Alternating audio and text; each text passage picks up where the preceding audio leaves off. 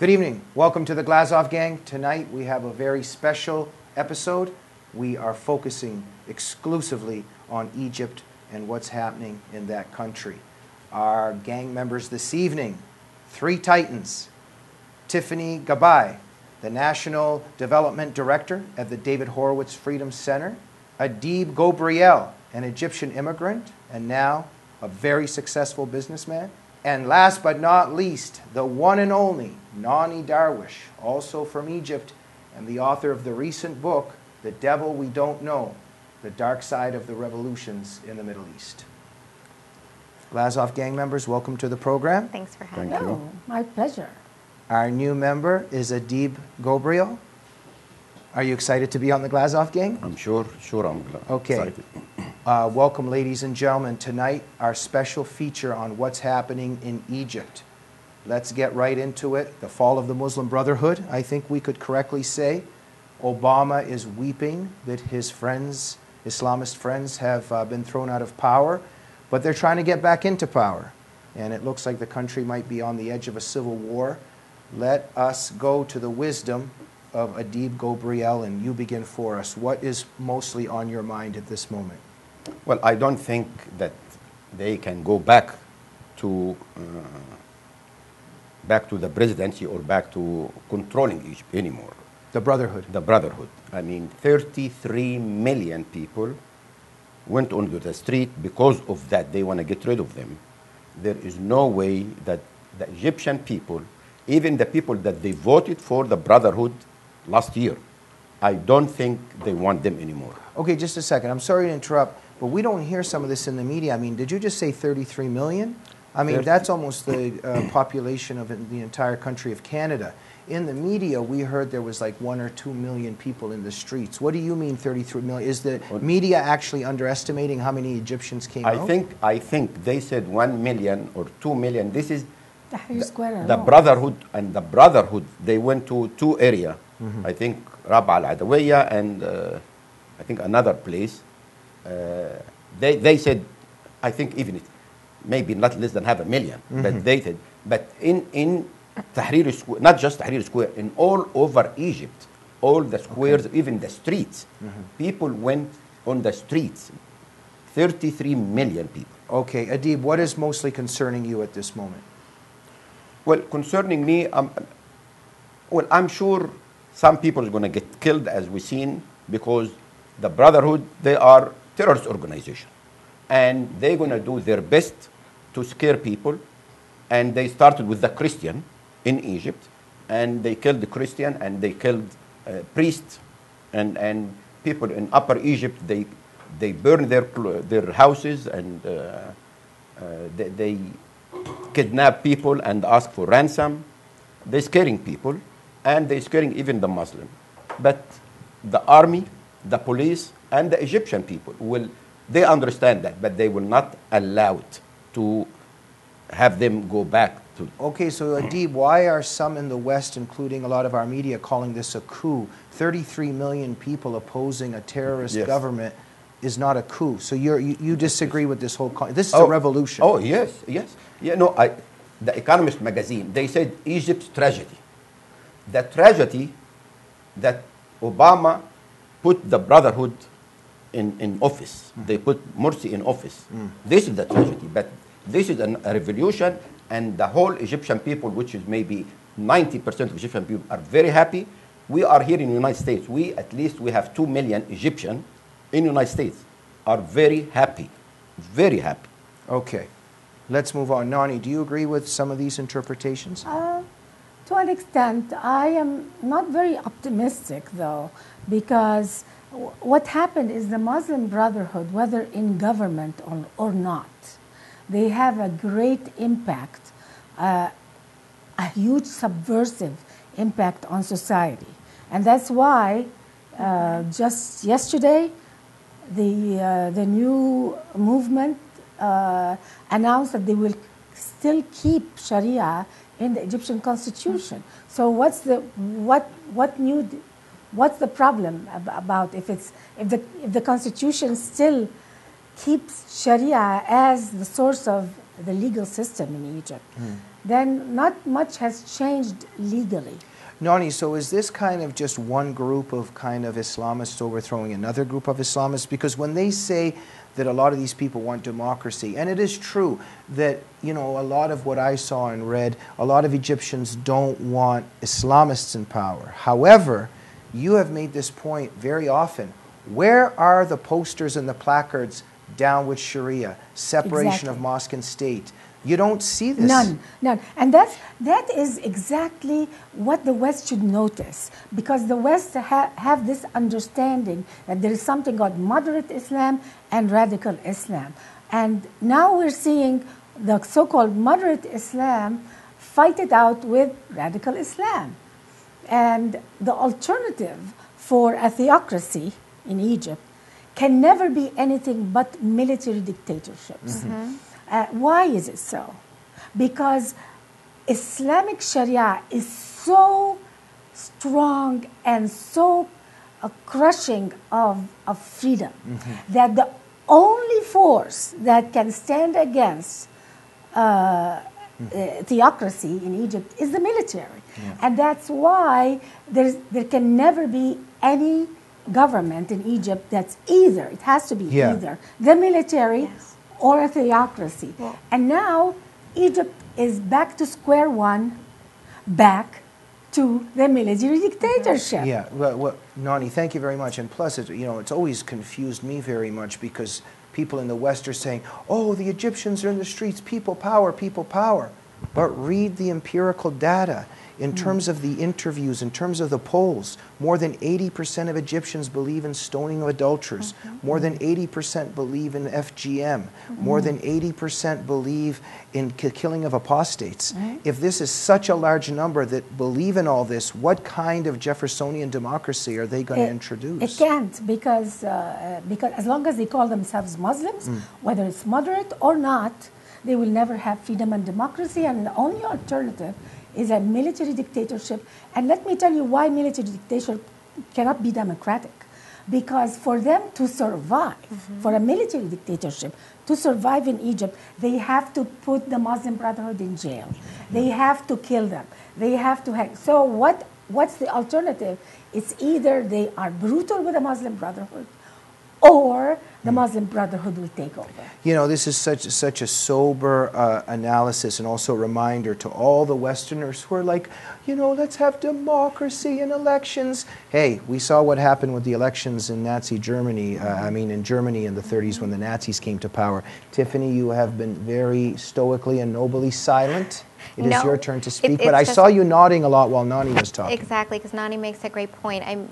Absolutely, the answer to an Islamic theocracy is military rule, is martial law. And a lot of people forget that is exactly why Mubarak implemented martial law in the first place. It was to tamp down the Islamists, specifically the Muslim Brotherhood. And the only reason they were able to be kept at bay for 3 decades was because of martial law. And a lot of people complained, oh, Mubarak, he is, he's guilty of human rights abuses, and it's not fair for people to be ruled by the military and under these, strict conditions. But the alternative was so much worse, and you need that iron fist, because these Islamists are literally going to take no prisoners.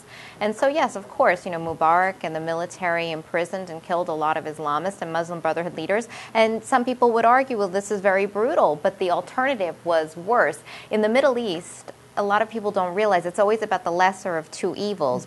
They don't have a society the way we do. When people see people championing in the streets here, they think, oh, it's just like Occupy Wall Street. These are modern, freedom seekers, but they're not like that. They have completely different ideas of freedom and democracy. They don't understand our ways and our belief in freedom and democracy. It doesn't apply to them. Their society functions differently. It's based on a tribal society and, again, on Islam, whether it's moderate or religious or what have you. And I have a lot of respect for Natan Sharansky, but, he had this thesis where in the heart of every human being, there's this desire for freedom. And I just think that's a fundamental misunderstanding of a lot of segments of human nature. I mean, we look at Russian culture and society, but, in the Middle East, I think that people power eventually, if it's Islamic, it's not going to lead to Thomas Paine and Thomas Jefferson style of government. Well, of course, because Islamists believe in freedom that's prescribed in the Quran. What the Quran says you are permitted to do, it is acceptable, that's what you're free to do. But of course, that entails a lot of restrictions that we don't have here in the Western world. So when they see us and our liberal way of life, they think that we're crazy. It's the freedom to submit. Exactly. Adib, is this a little bit too pessimistic of a viewpoint coming from Nonie and Tiffany? No, I wanna, Nonie, when you said that they still have the constitution the same, they said they're gonna have a new constitution, and they assigned some from the judges to have a new constitution. Now they wanna, we have in Egypt the Salafist and the Brotherhood. The Brotherhood now, they are out. The government and the army, or not the, yeah, the government, the people and the army, they want to have the Salafists on their side. They don't want to have the Salafists to go against the revolution and go with the Brotherhood, and then will be a chaotic situation. So the Salafists, even when they wanted to put Barad'i as prime minister, they said no, he's so liberal. Fine, we'll change him. And they want the Sharia the constitution to stay. So they agreed to keep the constitution as the same until they're gonna write a new one. And I feel, and I lived in Egypt. We were, before I came to the United States, we did not have any difference between Christian and Muslim and Jewish. And I used to work for a company that a lot of foreigners working with me. I mean, Italian, French, Greek, and there is no difference. Okay. They start this situation from the sheikh of the mosques. They start, and this is part of the Brotherhood, they start to teach that the Islam is the solution, and the Islam is everything, and you hate the non-Muslim. But it's going to change. It's going to change because Egyptian people is different than other Middle Eastern. I mean, like other than Saudi Arabia, other than Kuwait. Okay, so you are okay, in other words, what I'm getting from you is that you're saying before the influence of the mosques and the Islamization of Egypt, in some ways it could be said, there wasn't so much persecution and discrimination of Christians, etc., and you have a feeling that the clock can go back. Yes. Right? Yes. Nonie? I still disagree a little bit because if you remember in the old days in Egypt, yes, there was less discrimination against Christians and Jews, and there was somehow a little peace between all the different sectors of society. But we have to remember that Islam weakened in the late 19th, early 20th century, weakened a lot, and the British were ruling Egypt for 70 years. And when the British and the French moved into the Middle East, that is when a lot of tolerance started happening to the Jews and the Christians, and that's when they really flourished. The Jewish and the Christians in the Middle East flourished under the British rule because they were the great equalizers. Yeah. They really made, first of all, they ended, when the British came in and the French, they ended the jizya, which was paid by the Christians. A lot of people don't understand why the jizya ended. It didn't end because Islam suddenly discovered that it's not good to collect money, extra money from Jews and Christians. It was because Islam weakened and the French and the British moved in, so they stopped. So all of this, it was not due to Islam reform. It was because Islam weakened. Now, with oil money, Islam has been empowered, and that's why we are seeing going back to the good old days of Islam. Thank you, Nonie. And I guess why I am also more pessimistic. Nonie, you look at the pictures of the women in the 70s and the 80s in Egypt, mini skirts, Western dress. The burqas and the veiling has just skyrocketed there, and I don't know how this is going to turn around. Thanks to the French and the British. Yes. But I think it's because of this embrace of Islamization. Tiffany? No, what Nonie is saying is absolutely correct. My family is from Iraq, and it was under the British mandate when my grandfather and my grandparents were becoming very successful, and that was really attributed to the fact that there was French influence and, again, British influence in Iraq. And the British mandate ended in, I believe, 1930, and by 1941 you had outright massacres of Jews and Christians, and exile basically took place about 10 years after that. So that's absolutely correct. And Egypt is very similar. So there was a lot of Western influence in certain Middle Eastern countries, and in those countries you saw a penchant for secularism, for culture. Same thing in Iran, actually. But not all Middle Eastern countries are the same, and not all societies are the same in the Middle East. Okay, Nonie, briefly, please. 'Cause Actually, we you're gotta go. right about the dress. In 1919, I like it when people tell me I'm right. in 1919, there was a feminist movement in Egypt that was inspired by the European and the American feminist movement. And that's when a woman by the name of Huda Sha'rawi, who visited Europe, and she was an aristocratic Egyptian woman, and she went to the train station in Cairo and removed her hijab. And she was protected at that time by who? By the British who were in Egypt. So if this has happened without the existence of the British to protect these women, these feminists, they would never have succeeded. Thank you. We've come to the end of our first segment. Please, 15 seconds each. However, despite everything that was said, the overthrow of the Muslim Brotherhood is a positive, good development. Yes? Yes. Yes. Nonie? I think it's yes. I agree.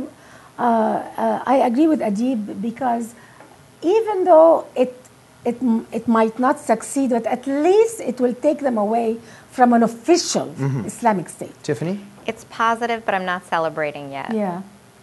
Join us for our second segment in just a moment, where we try to dissect why Barack Obama has the back of Morsi. We'll be back in just a moment.